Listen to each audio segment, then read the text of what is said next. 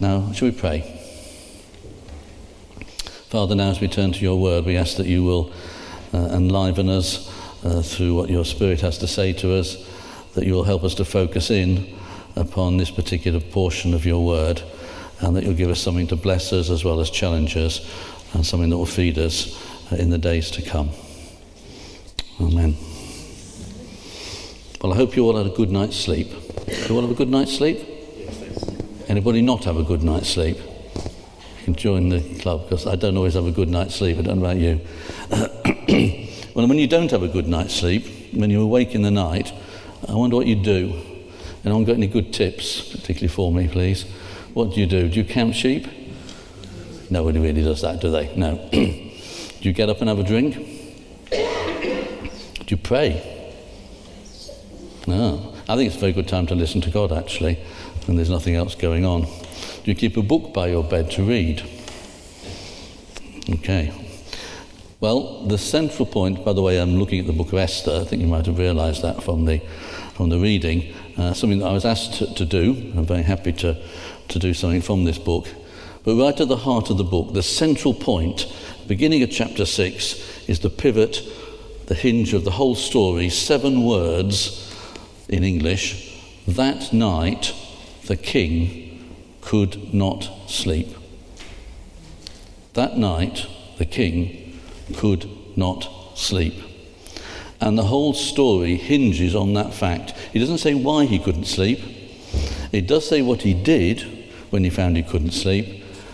And it's going to change absolutely everything in terms of this story. And so we'll come back to that in a moment. The book of Esther is, I think, one of the most wonderful stories in the whole Bible. It's extremely well written, and it is structured around this central point. It's a typical drama. It's got a great climax. It builds up the tension. It relieves the tension. It goes from feasting to fasting and back to feasting. It contains joy and sorrow. It's dramatic. It's a bit romantic. It's a masterpiece, really, with an ingenious plot. And if there had been sort of literary prizes in those days, no doubt it would have won one. As a drama, you can see it in 2 acts. There's danger and there's deliverance. Or you can split it into 3, if you like, where a plot is formed, and then the plot is fought, and eventually the plot is foiled. And at the heart of the story, we have a heroine who carries a secret with her, which, if revealed, could cost her her life.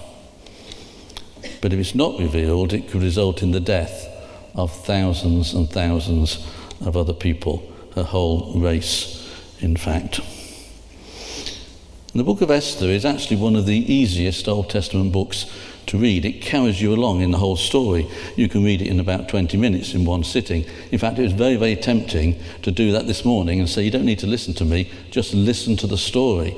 Let's have it read. And very dramatically, we could all take parts, couldn't we? We could act out the roles, and we could really get into the story. And of course, that's what the Jewish people do, because now, as a result of this, they have a feast called Purim. If you've not heard of the Feast of Purim, pronounced, that's in their calendar. I'll come back to that maybe later on. But that's how they regard this, as something to be sort of acted out. And to be honest, it was very difficult to know which bit, given that we're not reading the whole thing, which bit to choose to read to you. So we came up with the opening of chapter 2, which is where Esther is actually made queen, how she gets to that part. Now, the book of Esther is one of 2 in the whole Bible that don't mention God at all. Perhaps you think that's rather strange. The other one, by the way, is the Song of Songs, or the Song of Solomon. So you could ask, well, why is it in the Bible? If it doesn't mention God, what's the point of it? At least, what's the point of it being in the Bible? We'll have to look at that later on.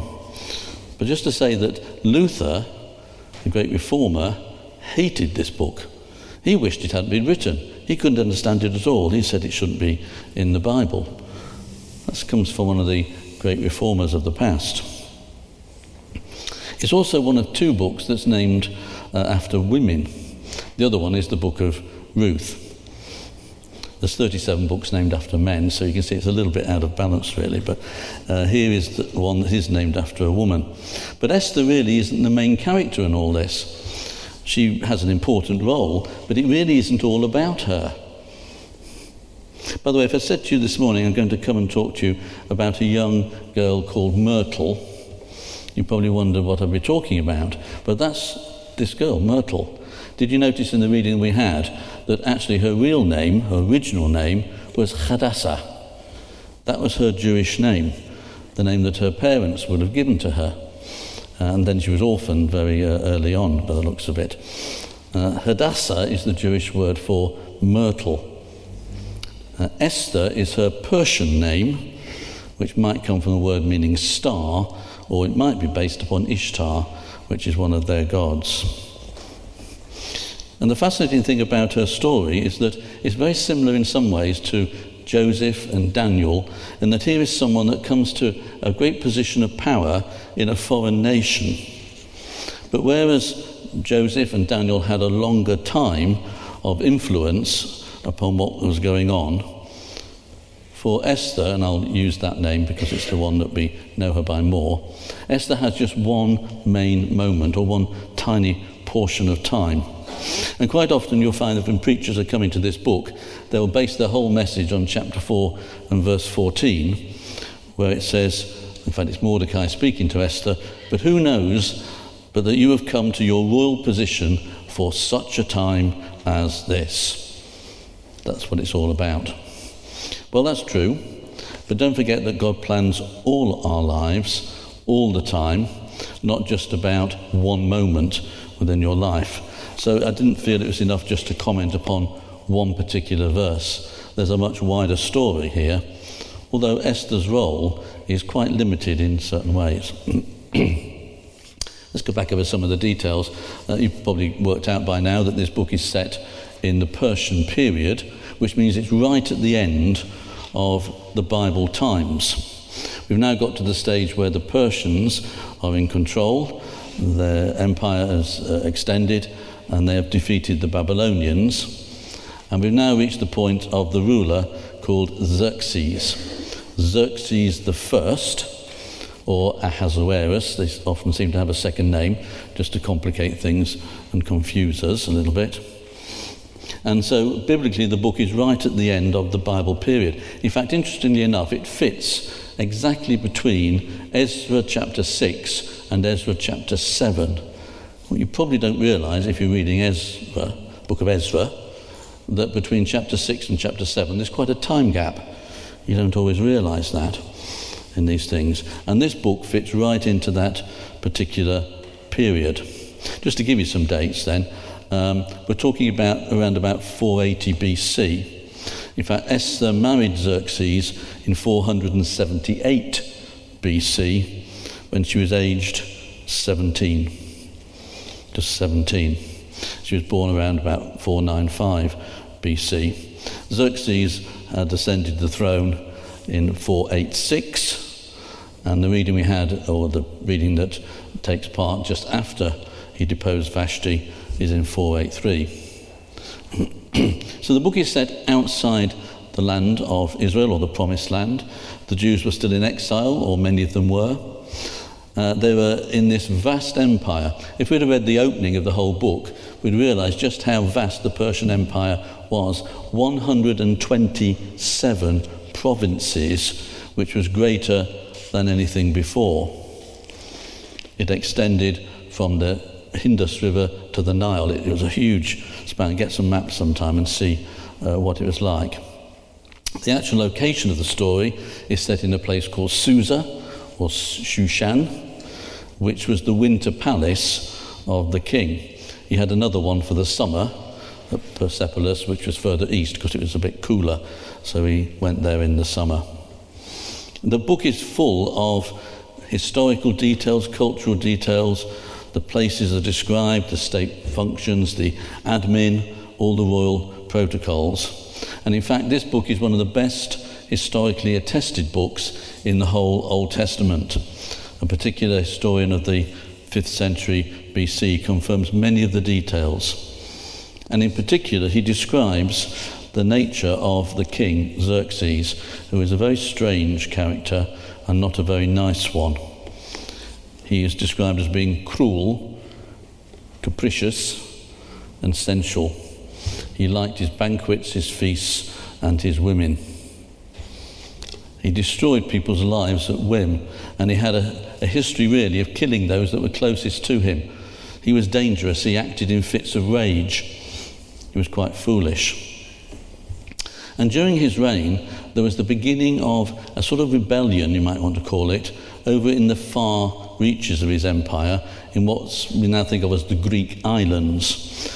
The Greek Empire hadn't yet come to fullness. It was just beginning to flex its muscles. One day, under Alexander the Great, the Greek Empire would take over everything from the Persians.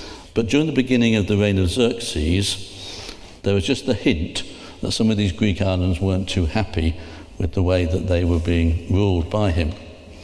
So when the book opens and there's this meeting, it says, of all the people of the provinces, all the rulers, all the nobles, all the officials of these 127 provinces, and they met for, how long was it now? I think it was about 18 months or something. They had a great long, 180 days. What did I just say? I said 18 months, that's wrong. 180 days, which of course is about 6 months. He gathered them all together for a summit, perhaps to try and discuss how do we keep the empire together? How do you rule something that's that big, that vast, and that you've really only been in charge of for a short time? How do you deal with an uprising like this? And in fact, the result was a campaign against the Greeks, which occurs between chapter 1 and chapter 2 of the book of Esther. So again, there's a time gap of about 4 years between the end of chapter 1 and the beginning of chapter 2. And that's why perhaps it says later, the opening of our reading in chapter 2, it says later, when the anger of King Xerxes had subsided. So perhaps he gathered them all together to have this meeting as to how to deal with this. In fact, if he did set out on a campaign, which according to historians he did, it was a bit of a disaster. It did not work out well. He lost 5 million men, mainly at the Battle of Thermopylae, and ended in defeat at a famous naval battle at Salamis in 480 BC. And that might explain why he was furious. The anger had subsided. Things had not gone well for him in recent times in a variety of ways. Of course, he hadn't been too pleased about Queen Vashti, which we'll see in a minute. Anyway, at the end of this long 180-day conference, they have a 7-day banquet. I said he liked his banquets. 7 days before he sent them all away again. You know, summits and conferences today, they always end with a big dinner, don't they? Everyone has to have a big dinner. So if they haven't agreed on anything, but at least they haven't wasted their time completely. And they can all go away happy that they've been wined and dined. But during this feast, where the men and the women were separate, by the way, he decided he wanted to show off his beautiful wife, Vashti. He wanted to parade her before his distinguished guests. Not a great decision, that one. But I said he was a weird man, and he wasn't always very kind. He was very foolish and very cruel at times. And she was to come and, well, we don't quite know what was intended, whether she was meant to dance or perform or parade in some way or other. But whatever it was, she said, no, I'm not coming. I'm not going to be treated in this degrading sort of way. And no doubt that's why the king flew off the handle at that point. And so she was deposed, basically. She'd done a great wrong. She had not obeyed her king, her husband, her lord and master. She had disgraced and humiliated him in public. And so she must be made an example of for the whole empire to learn from. So she was demoted. She just became part of his harem, back to being just a concubine. And then, as I say, for 4 years, Xerxes was caught up in this battle, or this uprising that he had to try and sort out. When that was over, and that hadn't gone well, he suddenly remembered that he got this little domestic problem as well. And he starts to think about how to get himself a new wife. And so he holds an empire-wide beauty contest it just shows what he's like, doesn't he? If he wants to get a new wife, he's got to have a beauty contest from everywhere. And Esther is one of those, a Jewess in exile still, not one of those that have gone back, who is chosen, obviously very beautiful, to undergo a 12-month preparation in readiness to be presented to the king. 12 months of beauty treatment, oils, perfumes, but also being educated and trained in the ways of the palace. Now, ladies, I don't know whether 12 months seems a reasonable amount of time to you, does it? I mean, maybe that's what you normally do. I remember a journey on the train from Cheshire into London, and I was sitting opposite a rather attractive young lady, but she spent the whole of the journey putting on her makeup, doing her face. And I don't know, on a moving train, you know, I was really quite frightened for at times. I mean, I wonder whether she'd end up with eyebrows going up like this. She did the lot. And when she got her clippers out to do her eyelashes, I was quite concerned, actually. And I couldn't believe that out of this little makeup bag, you could bring out so many different brushes and compacts and things like that. Every little... Anyway, that's not the point. I must admit, by the end, she looked even more beautiful than she started off with. I only hoped that she got the part, whatever she was auditioning for or something. But I was just amazed that on a train, you could actually do that very carefully. So I'm a man, so what do I know about these things? But she had 12 months of preparation to make her even more suitable to go into the king's presence. But all this time she kept this secret in her heart of her true identity. She was a Jewess from the tribe of Benjamin, as indeed was her closest relative now, Mordecai, who was described, I think, as a cousin, because Esther had lost her father and mother, and so she'd been brought up by Mordecai, who was also of the tribe of Benjamin. In fact, because it says, if you read it through, he was a descendant of Kish, it means he was quite directly related to Saul. And his Jewishness was quite open. He wasn't hiding that in the same way that Esther had to. And then you've got another main character, Haman, who, if you read that carefully, was an Amalekite, which was part of those who were very much enemies of Israel in the past. He was actually descended from King Agag. He was an Agagite. And they were meant to have been wiped out by Saul, if you read about it in the book of Samuel. But Saul wasn't obedient on that.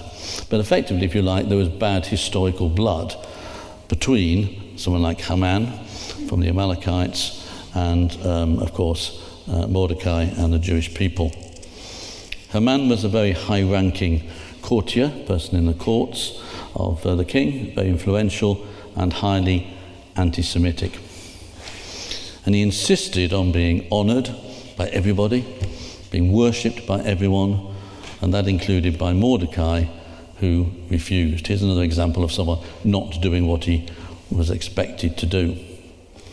And so the story develops where Haman persuades the king to issue an edict to kill all the Jews, just because one man refused to honour this rather proud, despotic sort of official courtier. And lots were drawn to determine the day of genocide. Just imagine that, drawing lots to decide on a day when you're going to wipe out the whole of the Jewish race within the Persian Empire, the whole empire. And the date was the 13th of a month called Adar, which is the 12th month of the year, around February, March time in our time. Now, fortunately, the lots were cast and the date was decided on the first month of the year, so there was almost a whole year between the drawing of the lots and the due date. Plenty of time within the drama for the tension to develop and so on. But on the other hand, just imagine knowing that you've got a sort of death sentence hanging upon you and your people over the course of the rest of that year. Esther at this point is in a dilemma, and she has to tread very carefully. Can she do anything to save her people, or does she keep her secret hidden? She has to tread very, very carefully. So there's two banquets. One is to set up a chance to talk to the king, because you didn't just say, I want a quick word with you. Perhaps we can sort this out. You have to approach very carefully. And the second one was to make that request itself. And in the meantime, as you probably know the story, Haman arranges for Mordecai to be hanged publicly. Now, I give you all that background, and I'm not going to go through the rest of it, but just to say, now we've reached the point at which the king has his bout of insomnia. That night, the king could not sleep. I don't say exactly which night it is, but somewhere in the midst of these months, he couldn't sleep. So he asked for something to read. He asked for them to bring him the court records, guaranteed no doubt to make him nod off if he started reading those. Actually, basically, it meant it was the chronicles of his own reign. That's probably how big-headed he was. Give me something to read. Oh, I know, let's read all about me. Thing. But there he discovers that in the court records that Mordecai has actually served him well in the past. Mordecai had uncovered a plot to assassinate Xerxes. And so Xerxes had survived a potential assassination. And when he realises this, why he hadn't realised it before, I don't know, but he decides to honour Mordecai. And in fact, he promotes him to a top job within the treasury. And then in the second banquet, Esther reveals her identity and the fact that Haman has set up this plot against her people. And from this point onwards, the book unfolds. It comes back down through all the tensions. It undoes all the drama and ends up with a denouement. And if you don't know it, you'll have to read the rest of it yourself. But that's the heart and the essence of this strange book. And that's why at the end of it, we learn about this special feast that the Jews now have called Purim, which is not one of the original feasts ordained by God that you read about in, say, Leviticus. It was something that was added to celebrate their survival and the death of their enemies. And when it comes to that time, they do enact it out. They have a bit like a pantomime almost, but it's either read out dramatically or people act the parts. I've seen people do this, actually. It is quite amusing. But they go in for cheers when Mordecai's name is mentioned, and boos and hisses when Haman's name is mentioned or he comes on the scene. They shout out, "May his name be blotted out," and things like that. And the children shake rattles and make a lot of noise, and the adults drink a lot. So the Feast of Purim is a celebration of how God looked after his people. So let's come back to the point now. Why is this strange story in our Bible at all? The early church councils were unsure whether it should be. And for about 700 years of the Christian era, no one wrote a commentary on the book. But in some ways, you don't need to. It's a straightforward story. The Jews accepted it more readily, perhaps quite naturally for them. But what about us? We want something with God in it, don't we? We want something about doctrine, about faith. And here we seem to have just got a story about human loyalty and courage. It's a bit of a romance, perhaps even a bit like a fairy tale. The very interesting question generally is why we carry all these books around that we do in our Bible as it is. We talk about the Bible being not a book, but a collection of books. In fact, it's two collections of books, and the larger one isn't even Christian. It belongs to another religion. Why have we still got that as part of our Bible? Why have we got all of their canon? We've taken it completely and put it in with ours. And then we have to work out what we do with some of these particular bits and pieces. But actually it's there for a good reason, as indeed are all the books in our Bible, because they do tell us something about God. The big question is, where is God in this book? Well, he is there as the missing character, if you like. He's conspicuous by his absence, and yet he has the largest role. And somehow you have to read between the lines, perhaps, to find him and his purpose. Now, I'll tell you something here which is perhaps of interest to some of you, but actually God is named in the book, but it's in code. And what I mean by that is that the letters that make up his name, you know that they don't speak the name of God, but they've got YH, VH, or WH as part of the way they understand that. Those 4 letters are hidden within the text of Esther on 5 different occasions, often as the initial letters of 4 consecutive words, or sometimes in reverse, or sometimes they're the last letters of 4 consecutive words. So the name of God is hidden there. Now you might think that's a bit weird. You might think, did they do that, the writer do that intentionally, or is it just coincidence? Well, I think it's intentional because it occurs 5 times and at key points within the text as well. As though somehow, for those that have got eyes to see this sort of thing, they could actually recognise that God is there.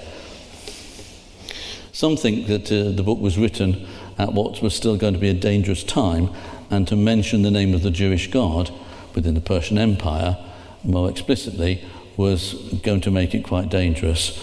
And it was more acceptable. It would be read out more if it didn't keep saying God did this, God said that, and so on. But those who understand that God is at work all the time will still discover this. And it doesn't assume, therefore, any great religious background on the reader. It isn't full of great miracles or thus saith the Lord, and yet it is full of miracles for those that can see them. These aren't coincidences. This is the work of a benevolent God, guiding the affairs of the nation. So even if God is not named as such, he is there, his nature comes through. And God is always working behind the scenes. We can discern his hand. Things are not just coincidence. And here in particular, God is keeping his covenants and looking after his people. But it also, of course, highlights the reality of what we've come to call anti-Semitism. I sometimes just prefer to call it anti-Jewishness, or Jew hatred is one way in which this emerges. That constant threat to the Jewish race, which has been all the way through their history, right up to today. And in that sense, the book is very, very relevant. And it makes the Jews think as well, as they have done in their past, where is God at these difficult times? For instance, during the Holocaust, it was a main question for them. It was a great challenge to their faith. And the Jews back in Esther's day, in exile, would often still be thinking, why did this happen? Had God abandoned us? Are we still part of God's people? They needed to keep asking the question, where is God? Where can we find him in all this? And that's true right up to today. You'll know that in recent weeks, there's been a lot of, to call it difficulty, is an understatement really, in the land of Israel. But the one thing that happened a few weeks ago, you remember that Iran launched 330 rockets, missiles and drones into Israel. There's only one purpose why you do that sort of thing.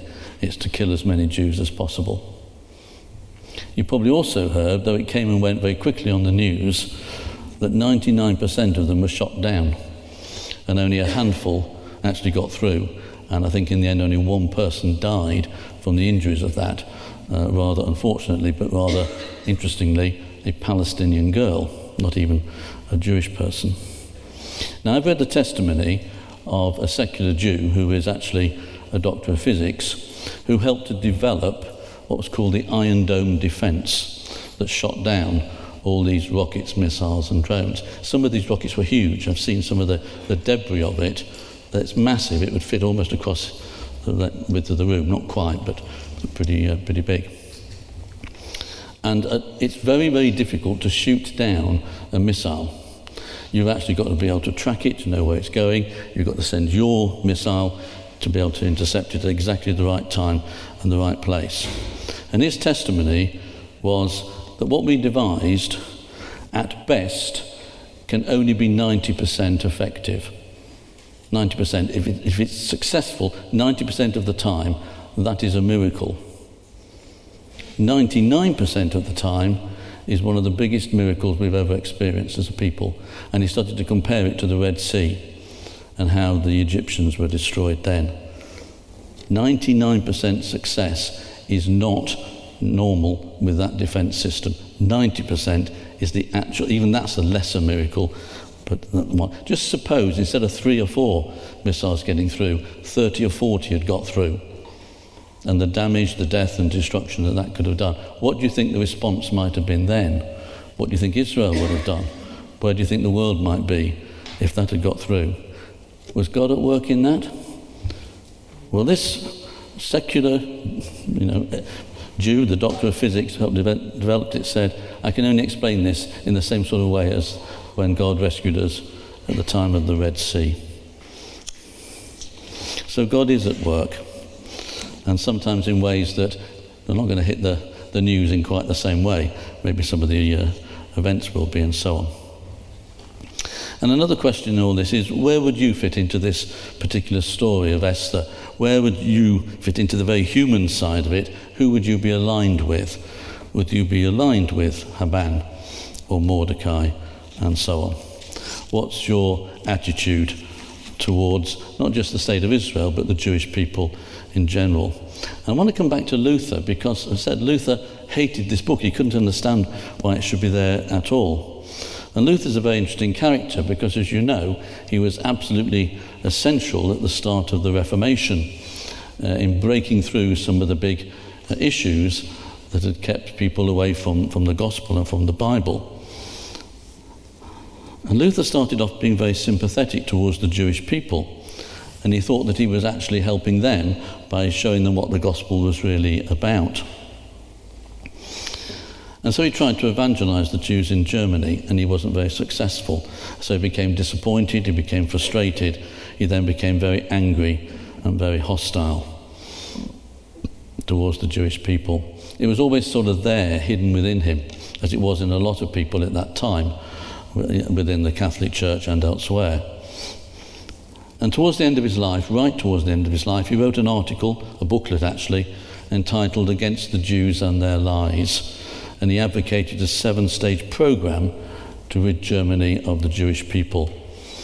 And those 7 stages were burn down their synagogues, demolish their houses, confiscate their books, silence or execute their rabbis, withdraw their passports, prevent them and forbid them from lending money, and put them to hard labour instead. And that was his final sermon, was based on that idea, a program of systematically destroying the Jewish people within Germany. That was Luther, who did so much other stuff that was good and helpful. But that's how he ended his life. And you can see how the Reformation sort of stuttered at that point, and it needed God to intervene in other ways later. He actually left a legacy within Protestantism which was as bad, if not worse, than that within the Catholic Church. And I don't know if you know about this, but when Hitler decided on his program, he basically could say, I'm just picking up where Luther left off. I'm actually just doing the Lord's will according to Luther.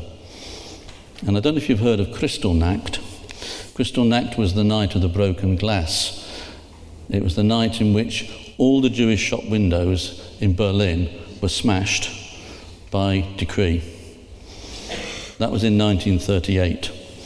And the date was chosen not by lot, drawing straws or something. It was chosen to be the night of November the 9th to the 10th because it was the anniversary of Luther's birth. And it was chosen for that reason, to fit in with that.